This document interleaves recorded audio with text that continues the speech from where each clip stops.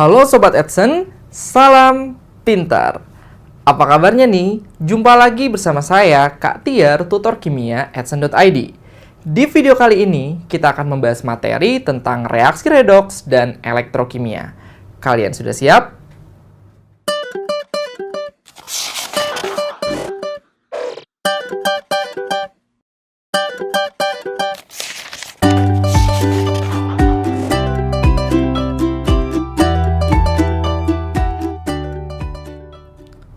Sahabat Edson, pada bab ini kita akan mempelajari tentang reaksi redoks dan elektrokimia, yang mana elektrokimia itu adalah hubungan antara energi listrik dengan reaksi kimia. Dan reaksi kimia yang berguna atau yang berada pada konsep elektrokimia ini adalah reaksi kimia reduksi oksidasi atau reaksi redoks. Nah, inilah yang akan kita bahas kali ini, yaitu tentang konsep reaksi redoks, ya. Jadi di sini kita akan lebih terfokus kepada konsep reaksi redoks. Nah, sebenarnya kalian juga sudah mendapatkan ya materi ini di kelas 10 ya. Nah, di kelas 12 ini adalah pengembangan materi dari materi kelas 10 yang kalian dapatkan. Seperti itu. Oke, sekarang dari redoks dulu. Apa sih yang dimaksud dengan redoks? Coba kalian ingat-ingat lagi, redoks itu apa? Redoks itu merupakan singkatan dari kata reduksi dan oksidasi. Ya, jadi ini adalah singkatan dari kata reduksi dan oksidasi. Seperti itu. Nah, yang mana masing-masing dari reduksi dan oksidasi ini akan memiliki 3 pengertian. Oke ya, kita akan membedakan nih yang dimaksud dengan reduksi itu apa saja. Kemudian yang dimaksud dengan oksidasi itu apa aja, gitu ya. Jadi di sebelah sini reduksi dan sebelah sininya kita pisahkan oksidasi.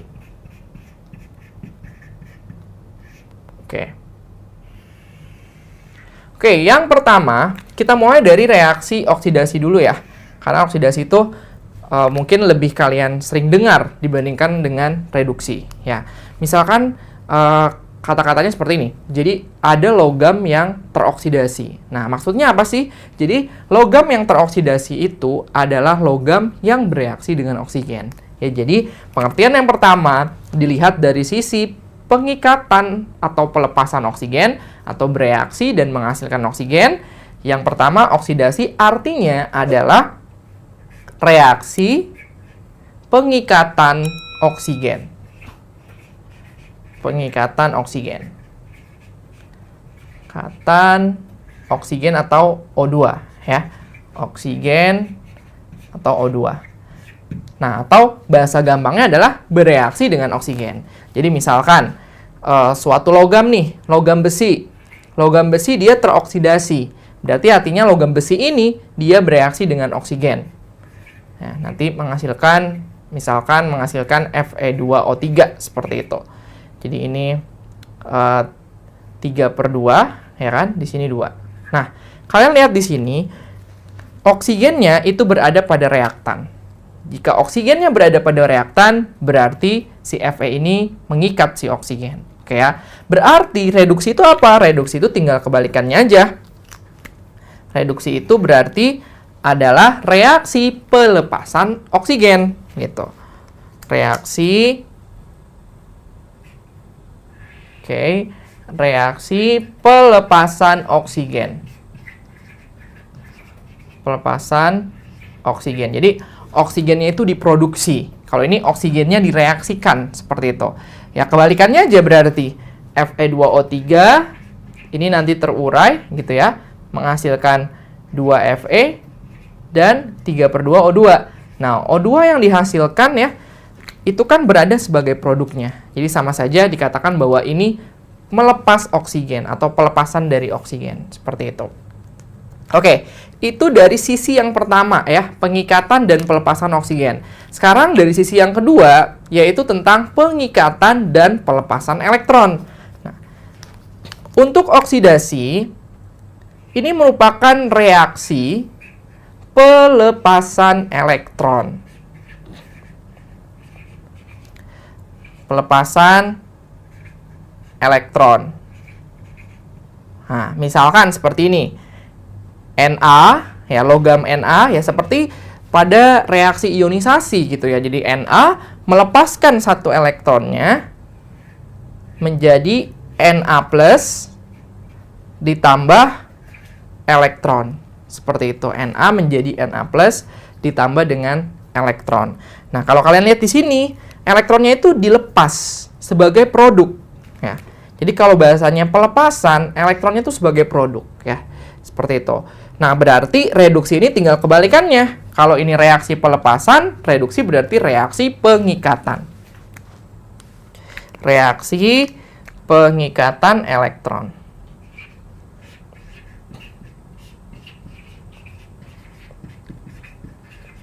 Pengikatan elektron ya. Contoh reaksi pengikatan elektron itu misalkan seperti ini. Cl- ya atau Cl2 gitu ya menjadi Cl- ya. Berarti kan dia harus menangkap elektron dari atom yang tidak bermuatan, dia mau jadi negatif berarti kan harus menangkap elektron. Nah, di sini Cl2 kalian samain dulu. Berarti di sini kasih 2 supaya sama. Nah, ketika dikasih 2, muatan dia jadi berubah. 2 dikali min 1 jadi min 2 kan? Nah, makanya di sebelah kiri harus ditambahin lagi. Tambahin 2 elektron. Nah, dari sini kan kelihatan bahwa elektronnya itu berada pada reaktan atau diikat elektronnya. Diikat elektronnya ya. Kalau ini dilepas elektronnya. Oke? Itu adalah pengertian yang kedua. Nah, sekarang dari sisi yang ketiga yang paling sering digunakan seperti itu. Nah, dari sisi yang ketiga itu adalah mengenai peningkatan atau penurunan bilangan oksidasi atau bilox ya. Jadi yang ketiga kalau kita ngomongin oksidasi, oksidasi itu adalah reaksi kenaikan bilangan oksidasi ya. Kalau penurunan itu reduksi. Berarti oksidasi itu adalah reaksi kenaikan ya, naik bilangan oksidasinya. Reaksi kenaikan bilangan oksidasi. Bilangan oksidasi atau disingkatnya apa? Pastinya kalian juga sudah belajar nih di kelas 10 itu adalah bilox ya, yang disebut sebagai bilox. Oke. Kalau oksidasi reaksi kenaikan, otomatis reduksi kebalikannya aja. Berarti reduksinya adalah reaksi penurunan. Penurunan bilangan oksidasi atau bilox. Seperti itu ya. Jadi yang pertama ini adalah kenaikan bilox ya, yang ketiga oksidasi, itu pengertiannya kenaikan bilangan oksidasi, sementara reduksi adalah reaksi penurunan. Jadi bedanya di situ. Ini penurunan, reduksi, sedangkan oksidasi adalah kenaikan ya. Nanti kalian kalau pertanyaannya misalkan disuruh pilih di antara reaksi-reaksi yang ada, manakah yang termasuk reaksi redoks? Kalian boleh menggunakan 3 konsep ini. Ya, 3 pengertian ini. Ya, boleh menggunakan yang pertama, menggunakan yang kedua atau menggunakan 3. Tapi yang ketiga ini biasanya lebih bisa menjawab tipe variasi soal apapun gitu ya. Kalau yang pertama belum tentu bisa menjawab soal-soal dengan spesifik tentang kenaikan atau penurunan bilox ya. Oleh karena itu kalian harus paham betul dalam penentuan atau aturan penentuan bilangan oksidasi ya. Nantinya setelah ini kita akan membahas tentang aturan penentuan bilangan oksidasi. Sahabat Edson, kita lanjutkan ya mengenai aturan penentuan bilangan oksidasi. Oke ya, saya tuliskan dulu di sini. Kita akan terfokus mengenai aturannya. Karena penting sekali kalian bisa menentukan bilangan oksidasi suatu zat ya, karena supaya kalian bisa mengidentifikasi ini reaksinya reduksi atau oksidasi seperti itu.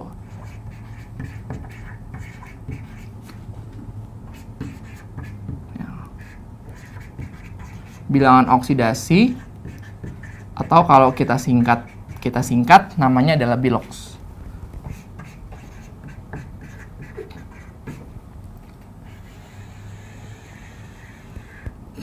Oke, jadi yang pertama, bilox atau bilangan oksidasi itu adalah standar untuk melepas atau menerima elektron atau ukuran ya. Ukuran suatu zat, jadi bilox itu pengertiannya adalah ukuran suatu zat. Ukuran suatu zat untuk menentukan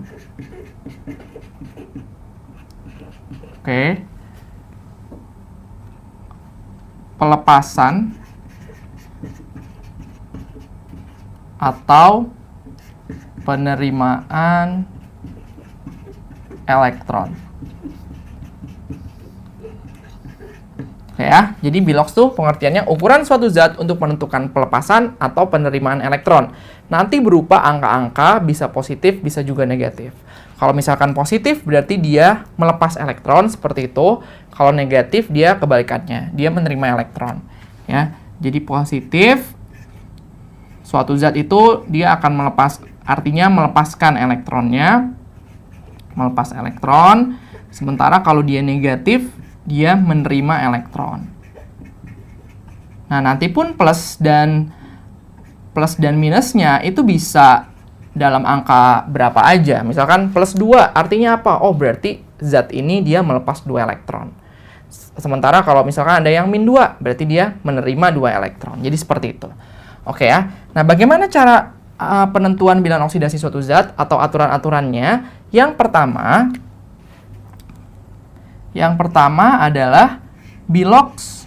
Kita tentukan dulu, dimulai dulu dari bilox logam golongan utama. Logam golongan utama.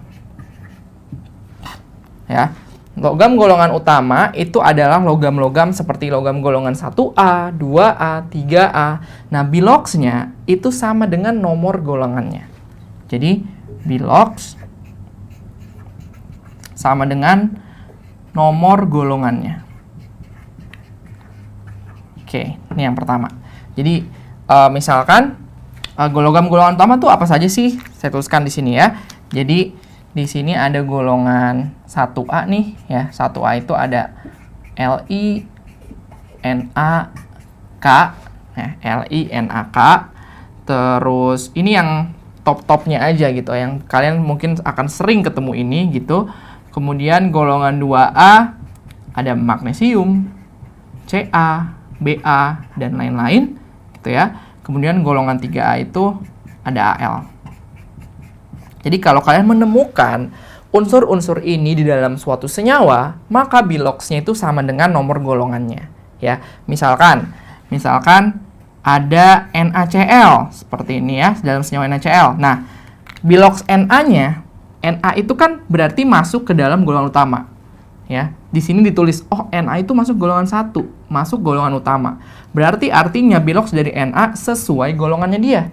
Dia golongan berapa? Golongan 1. Berarti bilox Na-nya sama dengan plus 1. Seperti itu. Oke ya, itu yang pertama. Yang kedua adalah bilox dari ion. Bilox ion itu sama dengan muatannya, ya. Muatannya. Nah, jadi kalau kalian menemukan suatu ion, ya, misalkan ionnya adalah Fe2+. Nah, kalian lihat muatannya berapa? Muatannya adalah plus 2 nih, 2+. Berarti biloxnya sesama dengan muatannya, yaitu biloxnya plus 2. Oke, contoh lain, misalkan ada Cl-. Ya, Cl-, biloxnya berarti berapa nih? Biloxnya sama dengan -1. Seperti itu. Terus apalagi? Ada SO42-. SO42-. Nah, berarti biloxnya berapa? Lihat muatannya. Muatannya 2-. Berarti biloxnya sama dengan -2. Gitu ya. Itu bilox ion. Nah, yang ketiga, sekarang kita baru masuk ke senyawanya nih. Bilox senyawa. Ya, bilox senyawa. Senyawa itu apa sih? Senyawa itu adalah gabungan dari unsur-unsur yang berbeda, seperti NaCl. Itu kan gabungan dari Na dengan Cl. Nah, berarti itu senyawa.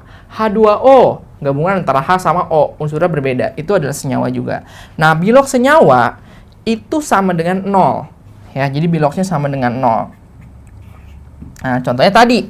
Berarti gini. Kalau ada NaCl di sana, NaCl sama dengan 0. Kan NaCl senyawa, berarti bilognya sama dengan 0. Oke, artinya apa? Artinya kita bisa nih menentukan bilog masing-masing unsur di senyawa ini dengan menggunakan aturan yang sudah ada nih. Sejauh ini kan baru ada 3. Nah, kita gunain itu aja dulu. Pertama adalah Na. Na itu tadi bilognya berapa? +1, karena dia golongan utama. +1. Oke. +1 ditambah Cl. Nah, ditambah Cl, oke, sama dengan 0. Oke ya, karena dia bilognya harus 0 totalnya. Berarti artinya Cl ini sama dengan berapa? +1-nya pindahin ke kanan dong, ya kan? Berarti Cl-nya sama dengan -1. Seperti itu, ya. Contoh lain, misalkan adalah Mg. MgO, ya, MgO. Nah, sekarang kita mau menentukan berapa sih masing-masing bilognya, si Mg berapa, O berapa. Pertama, ingat, karena ini adalah suatu senyawa, nilainya harus sama dengan 0. Berarti kita sama dengan 0. Nah, bilogs MgO gitu ya, itu kan bilogsnya Mg ditambah O nih, sama dengan 0. Nah, siapa sih yang sudah ada aturannya? Yang udah ada aturannya adalah Mg. Kalian lihat, oh di sini Mg. Mg itu golongan 2A. Nah, berarti karena dia golongan 2A, bilognya sama dengan nomor golongannya. Berarti bilognya Mg adalah +2. Oke, +2 ditambah oksigen. Kita mau cari, sama dengan 0. Berarti oksigennya sama dengan +2-nya pindahin aja ke kanan. Ya, sama dengan -2. Jadi kita udah bisa dapetin bilogs masing-masing unsurnya, yaitu Mg-nya +2 dan O-nya adalah -2 ya. Jadi seperti itu, bilog senyawa sama dengan 0. Sahabat AdSense, sekarang kita lanjutkan lagi ya aturan penentuan bilangan oksidasi. Tadi sudah sampai yang ketiga, yaitu bilog senyawa sama dengan 0. Sekarang berarti yang keempat. Nah, yang keempat ini itu mengenai unsur bebas. Jadi bilogs dari unsur bebas itu nilainya sama dengan 0. Ya, bilogs unsur bebas sama dengan 0. Unsur bebas apa sih? Unsur bebas itu bisa ada 2 nih, ada 2 jenisnya. Jadi bisa molekul unsur. Molekul unsur itu adalah gabungan dari unsur-unsur yang sama seperti F2, H2, O2, Cl2, Br2, seperti itu. F2, H2, O2, N2, Cl2, ya kan?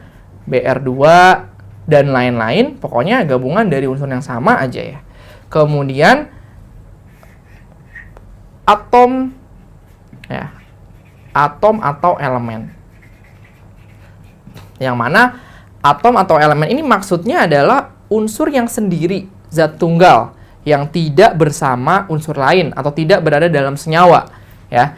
Jadi misalkan Mg, tapi Mg yang bukan berada dalam senyawa, ya, bukan misalkan Mg seperti kita lihat di sini. Di sini MgO. Nah, ini bukan unsur bebas karena Mg-nya itu berada di MgO. Jadi ada temennya gitu ya bahasanya. Sementara kalau ini harus dia sendiri, nggak ada temennya. Nah, itu nanti bilogsnya sama dengan 0. Oke. Kemudian Cl atau Na aja ya. Na logam, terus kalium juga bisa, Fe juga bisa. Pokoknya kalian lihat aja dan lain-lain ya. Pokoknya kalian lihat aja yang mana unsur yang nggak ada temennya, seperti itu. Itu adalah termasuk ke dalam unsur bebas. Dan bilogs mereka sama dengan 0. Nah, jadi gini, misalkan tadi kalian sudah menentukan MgO gitu ya. Nah, MgO menjadi Mg. Nah, seperti ini. Ditambah O2, misalkan ya. Misalkan seperti itu. Oke. Berarti tadi bilogs Mg kan kalian sudah dapat ya di sebelumnya, yaitu di sini adalah plus 2. O-nya adalah min 2. Nah, apakah MG di sini juga sama dengan di sini, yang sama dengan plus 2? Nah, tidak. Karena MG di sini masuknya ke dalam kategori unsur bebas. Karena dia sendiri, nggak ada temennya. Nah, kalau sendiri berarti biloxnya sama dengan 0. Ya, berarti di sini 0. O2 juga termasuk ke dalam unsur bebas. Karena dia molekul unsur. Gabungan dari unsur-unsur yang sama. Berarti biloxnya juga 0. Ya, seperti itu. Oke, itu adalah aturan yang keempat. Sekarang kita lanjut ke aturan yang kelima. Aturan yang kelima ini spesifik untuk F, untuk fluor. Bilox dari fluor, bilox dari F min, ya lebih tepatnya F min, itu nilainya sama dengan min 1. Ya. Oke ya, jadi kelima aturan ini ya, mulai dari sini, 1 yaitu bilox logam golongan utama, 2 bilox ion, 3 bilox senyawa, dan 4 bilox unsur bebas, 5 bilox F min, itu merupakan aturan utama. Aturan yang harus kalian dahuluin dulu dalam mencari bilox ya. Kemudian ada aturan-aturan umum. Nah, aturan umum ini adalah ketika kalian sudah menggunakan kelima aturan ini, barulah kalian menggunakan aturan yang ke-6 dan ke-7 ya, aturan selanjutnya gitu. Nah, aturan umum yang pertama, ya kita tulis yang ke-6 saja, itu adalah bilox oksigen. Bilox dari oksigen. Nah, bilox oksigen ini umumnya adalah minus 2. Umumnya sama dengan minus 2. Ya, seperti itu. Contoh, misalkan di dalam SO2 seperti itu ya. SO2. Oke, berarti dari sini karena bilox oksigennya adalah min 2, nah, ingat, pertama kita tentuin dulu, ini termasuk kategori apa? Ini termasuk ke dalam senyawa, karena gabungan dari unsur-unsur yang berbeda, ya. Artinya bilox mereka, kalau senyawa, nilainya sama dengan 0, berarti S ditambah, nah, O-nya ada 2 nih, berarti 2O sama dengan 0, seperti itu. S ditambah, nah, oksigennya itu kita masukin min 2, ya, sama dengan 0, berarti S-nya min 4, pindahin ke kanan, berarti jadi plus 4. Ya, seperti itu ya. Jadi bilox oksigen umumnya min 2 ya. Tapi ketika oksigen ini, ya ketika oksigen misalkan berada dalam senyawa OF2. OF2. Artinya di sini ada unsur nih yang masuk ke dalam aturan utama. Si F itu kan aturan utama, aturan kelima. Berarti itu dulu yang didahuluin. Nggak boleh oksigen dulu, karena oksigen itu aturan umum. Ya, berarti cara mencarinya gimana? Tetap ini senyawa, berarti sama dengannya harus 0. Berarti oksigen ditambah 2 dikali F sama dengan 0. Nah, yang ditentuin adalah si F-nya dulu. F-nya itu min 1, ya kan? F min 1 dikali 2, berapa jadinya? Min 2. Sama dengan 0. Sehingga dari sini oksigennya sama dengan berapa? Min 2-nya pindah ke kanan, jadi plus 2. Nah, jadi makanya di sini bahasanya adalah umumnya. Nggak selamanya min 2, tapi mayoritas min 2. Seperti itu. Ya. Oke. Yang terakhir adalah bilox hidrogen. Bilox hidrogen umumnya, ya bahasanya adalah umumnya ya katanya. Kata-katanya di sini dibilang umumnya, jadi belum tentu pasti ya. Umumnya adalah plus 1 hidrogen ya. Jadi misalkan seperti ini dalam H2SO4 ya. H2SO4. Oke, kita mau cari nih bilox dari masing-masing unsurnya. Ingat, ini senyawa. Berarti artinya nilainya sama dengan 0. Berarti H2 itu artinya apa sih? 2 dikali H, ditambah S, ditambah O-nya ada 4 nih. 4 dikali O. 4O sama dengan 0. Berarti H-nya adalah plus 1, ya, karena biloxnya adalah 1, ditambah S, ditambah 4. O-nya berapa tadi? O-nya adalah min 2, oke, sama dengan 0. Oke, berarti 2 ditambah S min 8 sama dengan 0. Oke, 2 dikurang 8 berapa? 2 kurang 8 kan min 6. Pindahin ke kanan. Berarti S-nya adalah plus 6. Seperti itu. Ya. Tapi jika hidrogen ini dia mengikat ya atau terikat pada senyawa yang ada logamnya atau disebut hidrida logam seperti misalkan NaH. Nah, maka karena Na ini masuk ke dalam aturan utama, aturan yang pertama bahwa dia bilox logam sama dengan nomor golongannya untuk logam golongan utama, maka yang didahuluin itu adalah si Na-nya dulu ya. Na itu plus 1 karena dia golongan 1, berarti sini plus 1 ditambah hidrogen sama dengan 0. Berarti hidrogennya adalah berapa? Plus 1-nya pindahin ke kanan sama dengan min 1 ya. Seperti itu. Jadi dia bisa saja tidak plus 1 kalau dia terikat pada aturan-aturan utama ya. Oke sobat, ini adalah aturan penentuan bilangan oksidasi. Sahabat Edson, demikianlah pembahasan materi mengenai reaksi redoks dan elektrokimia. Mudah bukan? Sampai jumpa lagi di video berikutnya bersama Kak Tiar. Jangan lupa belajar dan salam pintar. Sekian Sobat Edson untuk video pembelajaran hari ini. Sampai ketemu lagi di video belajar berikutnya. Jangan lupa aktifkan notifikasi untuk video terbaru kami ya. Sobat Edson juga bisa mengunjungi edson.id dan temukan ribuan video pembelajaran. Sampai jumpa Sobat Edson, salam pintar!